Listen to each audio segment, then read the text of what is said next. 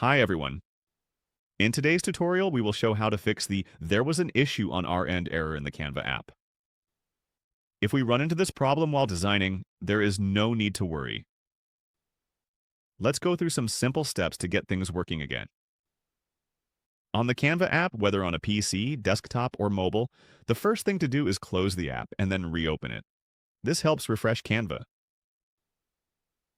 Next, we need to check our internet connection.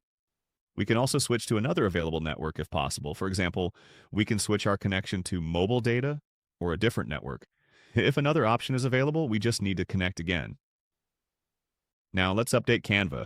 Once we open the update section, Canva will refresh here. We just need to click on the three dots, then go to Help, and then About Canva. Canva will update automatically here. Sometimes the app may be outdated, and updating it can fix the error. Next, we should clear the browsing history or cache of our browser or app. We just need to delete the cache to clear out any stored data that may be causing the issue. After that, we should restart the device.